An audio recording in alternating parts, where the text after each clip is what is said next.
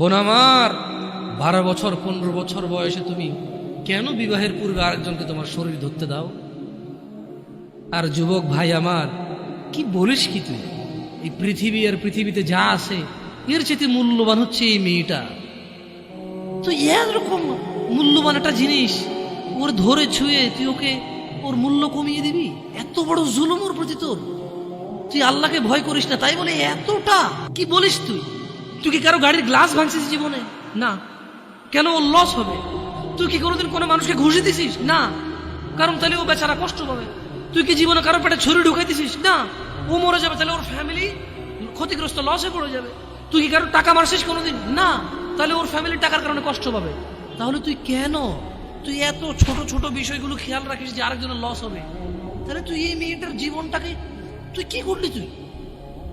তুই পুরো পৃথিবী আর পৃথিবীতে যা আছে সবকিছু বিক্রি করলে যে সম্পদ হবে, সবকিছু অর্জন করলে যে অর্জন হবে, এর চাইতে মূল্যবান তুই ওকে সতীত্ব থেকে বের করে নিয়ে আসলি?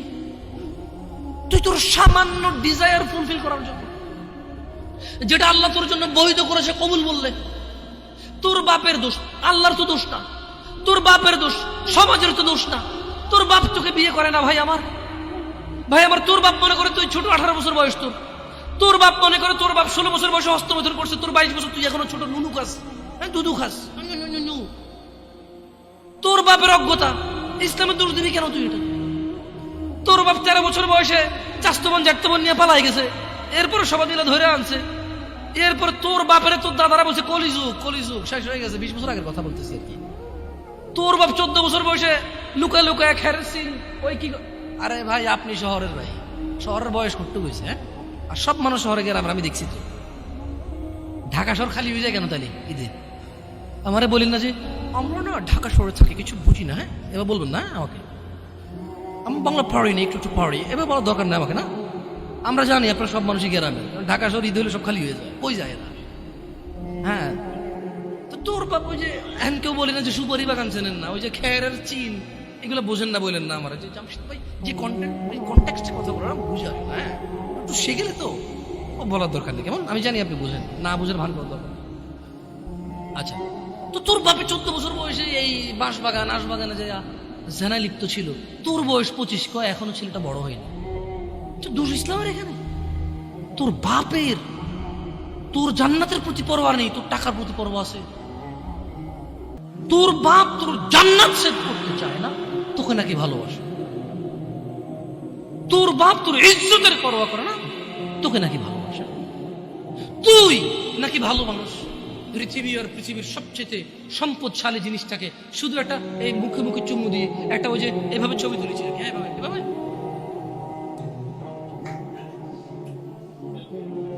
এরপরে ফোল্ডার বানায়, ফোল্ডার লক করে রাখছে যাতে কেউ না জানে। এরপর ওই মেয়ের বিয়ে ঠিক হয়ে গেলে ধমক দেয়, ছবি পাঠাবো একটা একটা করে। সামান্য ডিজায়ার যেটা তোর হালাল ভাবে আল্লাহ দিয়েছে, একটু সবর কর, একটু সবর কর। তুই ক্লাস 5-এ পড়তেছিস, 6-এর জন্য ওয়েট করতেছিস না? তুই ক্লাস 8-এ পড়িস ভাই আমার, ছোট পিচ্ছি সোনামণি ভাই আমার। তোকে আমি আমার মাথায় রাখি, তুই বলছিস রাগ করিস না। তুই বললে আমি না অত তো সিনেমা নাটক দেখি না, তোরাই কস। তুই বললে আপন, তাই তোরা আপন করে বলতেছি। আবার কস না হুজুরের ব্যবহার খারাপ। উনি তুই করে কেন বল, উনি এভাবে কেন কথা বলেন, নিজেকে কি মনে করে? না, তোরাই ডায়লগ দিস। আসলে তুই বললে আপন মনে, আমি এই জন্য ভাই তোরা আমার কইছিস তুই বললে আপন। আমি তো সৌদি আরব বড় হয়েছি, আমি তো দেশে বড় হইনি। আমি আসার পর সব ডায়লগ দেখছি। আসলে আপন জনকে তুই বলে, হ্যাঁ তুই বললে আপন মনে হয়। আমি তোরা আপন মনে করি কেন? 1450 বছর আগে আল্লাহ আমার কাছে তুই আমার ভাই, কত আপন তুই চিন্তা কর। তোরা তুই গুমরা কারে গুম রে ভাই আমার? তুই আমার আচরণে যাইস না। হ্যাঁ, তুই আমার কত পুরনো ভাই তুই জানিস? আমার মায়ের পেটের ভাইটা আমি যেদিন জন্ম হয়েছি বুঝতে পারছি, সেদিন আমাকে আমার বাপ মা, আমার পরিবেশ বলছো আমার মায়ের পেটের ভাই। কিন্তু অ্যাজ এ মুসলিম তুই আমার ভাই 1450 বছর আগে এটা ঘোষণা হয়ে গেছে পৃথিবীতে।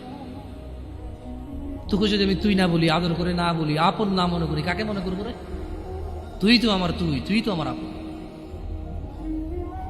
এমন করিস না ভাই আমার, তোর বয়স সবে 14 বছর।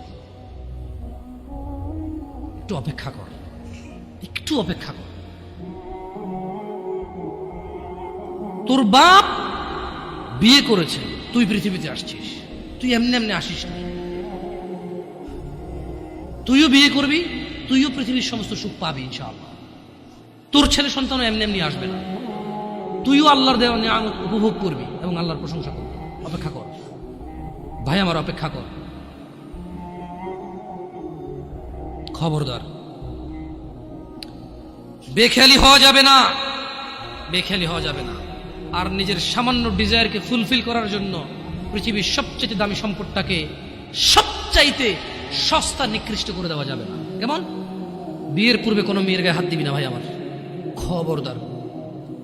বিয়ের পূর্বে কোনো মেয়ের সাথে কথা বলবি না, খবরদার। তোর যোগ্যতা নেই ওর সাথে কথা বলার।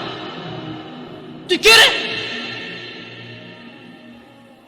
বামন হয়ে চাঁদের দিকে হাত বাড়াবি না। আমার বোনরা চাঁদ,